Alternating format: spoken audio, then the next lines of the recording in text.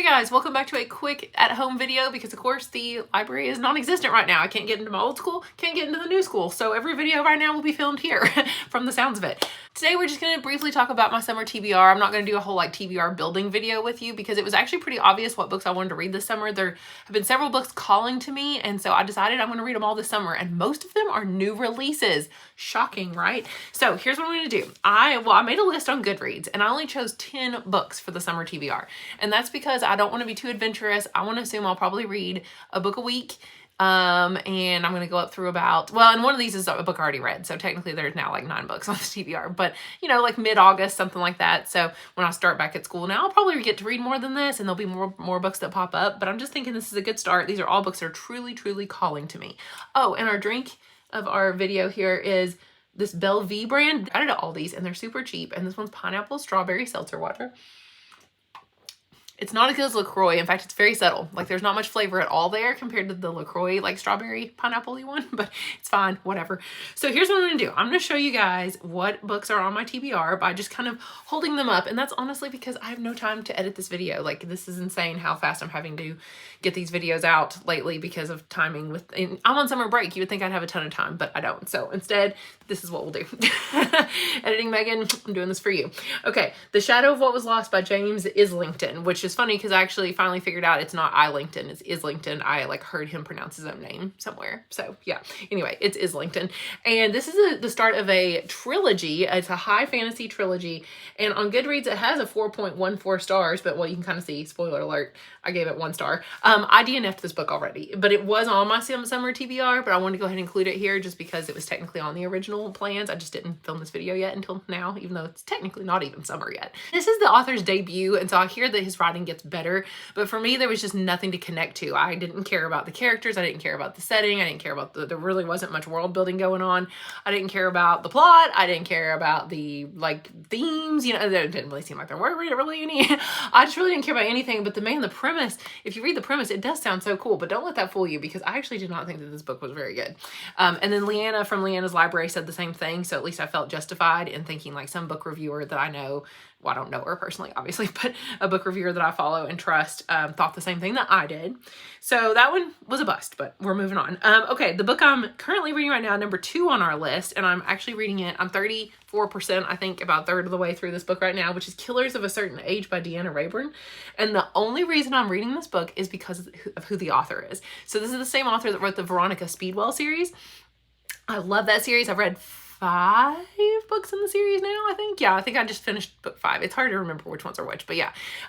This series, I love that series so much that I thought, her writing is so good. And I know this one's modern day. It's more, action-packed kind of thriller, not really thriller, but it's kind of a fun action story. And I thought that sounded way more fun, not more fun than the Veronica Speedwell series, but equally fun in a different way. And I just wanted to see how this author would write differently since I love her style. It's a totally different style. Honestly, you would not know it's the same author of the Veronica Speedwell series, but this is called Killers of a Certain Age because it's about these 4 old women who were basically assassins, and now their organization that they worked for is trying to assassinate them now that they've retired, and so they've got to figure out why and how to escape. It's been really fun so far. It reminds me of Red, the movie Red, with Bruce Willis and who was it, John Malkovich, because it's retired action stars coming back to do one last fight kind of thing. It's only got 3.86 on Goodreads, but I'm really enjoying it so far. Next is an obvious one that I had to add to the summer TBR. In fact, my hold has just come in on Libby, so I can get it pretty much any time now, which is Finley Donovan Rolls the Dice, book 4 of the Finley Donovan series. I loved book 1 so much. I gave it 4.5 stars. I highly recommend book 1. Book 2 was it was okay. Book 3 was pretty good. I think I liked book 3 better than I did book 2, which I feel like most people say the opposite. They think the series is going downhill. So many of my booktubers are saying that this will be the last shot that they ever give this series because they think it's getting too repetitive or that it's getting too ridiculous and outlandish. If you've not heard of the series, well, where have you been? But in book 1, the main character, Finley Donovan, she's a writer, and she is at this restaurant and somebody overhears her talking about killing people, but she's talking about characters in a book. And so they think that she's an assassin for hire, and they hire her to kill their husband. And she gets sucked into this plot, and now crazy things happen because she's been involved in so many random scenarios at this point. But in this one, I think it's more like a road trip and she's going to Vegas. So I think that's kind of cool that she's going to go somewhere else. I don't actually know the plot of this book. I don't really kind of want to know, but let's see. 3.95.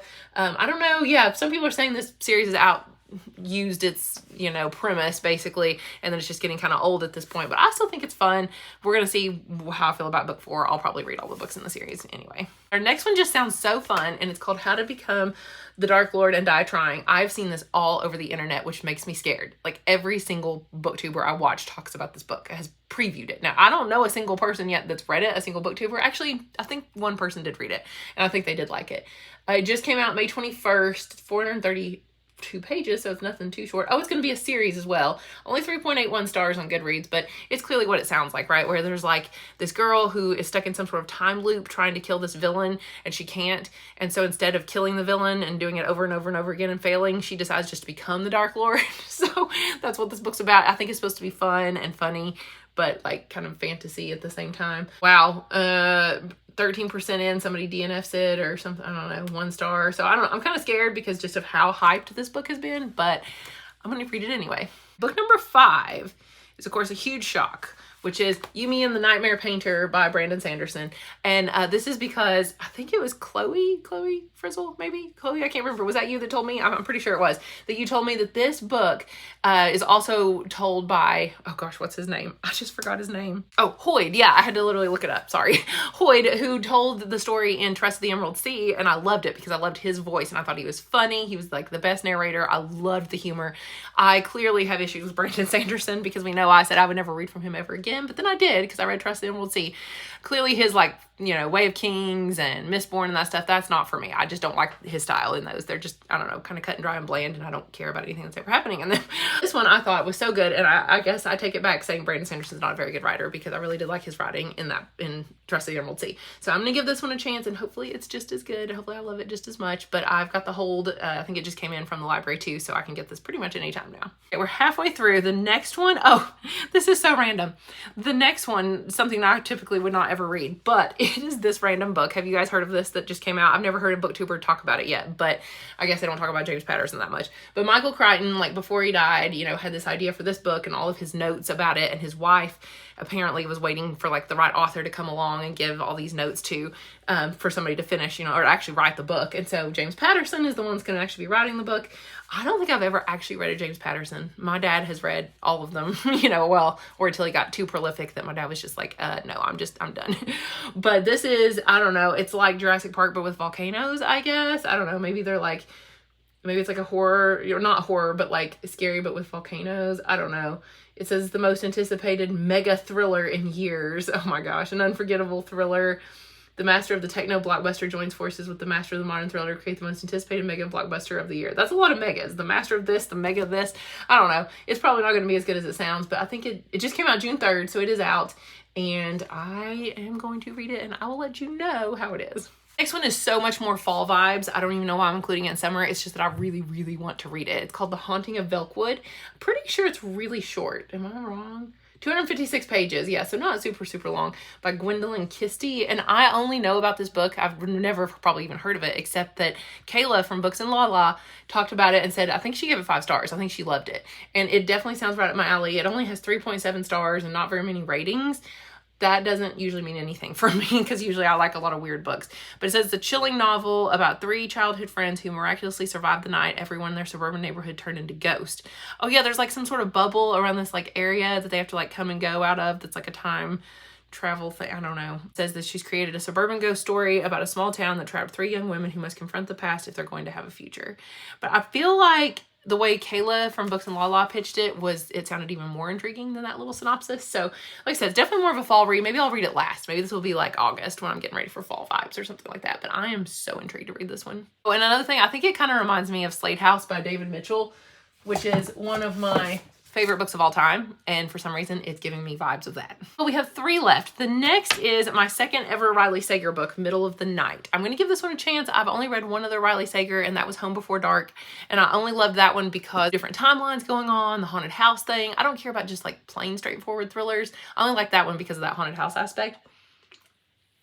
This one, I want to say, has, I don't know, everybody's been talking about this book, of course, because Riley Sager comes out with a thriller like every year. When does it come out? Is it out yet? June 18th, really soon, in just a few days.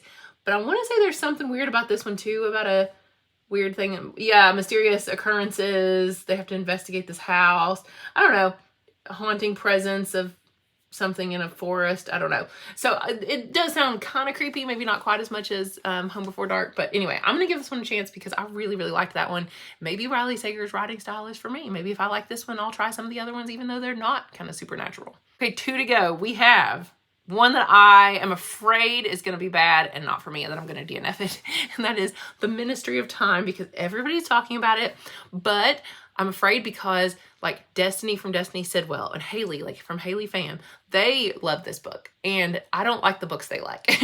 You know, they like romance and literary fiction and stuff like that I'm not into. And it's blurred by Emily Henry on the front, which I know she did write a sci-fi book before. And even I think a fantasy too, like young adult, before she did her, you know, like Book Lovers and Beach Read and all that kind of like modern romance type books. But I'm scared as to why like she's the blurb on here. So I don't know. I'm having a feeling this one's not going to be for me. Like, is there romance in it? Also, ooh, the review's 3.68 on Goodreads. Whew, that is low. All I know is it's something about time travel and there's like a ministry of time. I don't know. It sounded very much like the low-key TV show kind of, but not really. That's all I know about it. I'm just really scared because, well, somebody I know gave it 3 stars and says I could not comprehend a majority of this book, but I liked what I did understand, ? Oh no, Kayla from Books and Lala DNF'd it at 20%.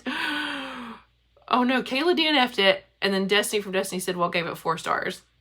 Actually, I'm pretty sure in her review she said 4.5. Oh gosh. Okay, well, I'm really scared, but I'm going to give it a chance, but I feel like of all the books on this list, this is probably the one I'll be most likely to DNF. Okay, the last book on this list is super fun. I think I'm going to read it next. I'm going to finish Killers of a Certain Age, and then I'm going to read this one, and that is The Husbands, because it's the one that I'm most intrigued to read out of all the ones on this list, ironically. It just sounds so ridiculous and fun. It is time travel, but funny. I like that kind of thing. Apparently, I liked In the Holidays by Christina Lauren because of the time travel aspect. I liked, oh gosh, what was that young adult book? Oh, here it is. It's right here. Neverworld Wake. And it's not funny necessarily, but gosh, I can't wait to read it again. Can't get it out. Neverworld Wake by Marisha Pessl. This book was so good, and it's sort of got a time travel-y kind of aspect to it. I mean, this one's even worse. 3.54 stars out of 26,000 ratings. 3.5. That is one of the lowest books that I've seen in a long time on Goodreads. It just came out April 2nd. It's 352 pages. And why do people not like it? Oh my gosh. The premise is what sounds amazing. It said it was, oh, she comes home and her husband is Michael, and she said the only problem is she's not married. She's never seen this man, but there's like pictures of them together and her friends all know who he is. And she's like, who is this guy? And he goes up to the attic to change a light bulb, and then he disappears. In his place, a new man emerges and a new, slightly altered life reforms around her. Realizing that her attic is creating an infinite supply of husbands, apparently she goes through like hundreds of husbands in this book, Lauren confronts the question, if swapping lives is as easy as changing a light bulb, how do you know you've taken the right path? When do you stop trying to do better and start actually living? And so it just sounds so fun. Apparently it's ridiculous, like with these husbands going into this attic and coming back as different people. And she sends them up there on purpose, I think, sometimes to get rid of them, or I don't know. And she like is waiting for just the right one, the perfect one.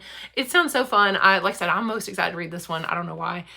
Clearly it has the worst rating, but I'm going to read it next after I finish Killers of a Certain Age. So that's my summer TBR, very much mostly new releases. I guess Yumi and the Nightmare Painter might be the oldest one of those, or maybe Killers of a Certain Age. Well, Shadow of What Was Lost was definitely actually the oldest, but I already DNF'd that one. So the other ones are all new, so maybe I'll even do some kind of like new releases reading vlog. I don't know.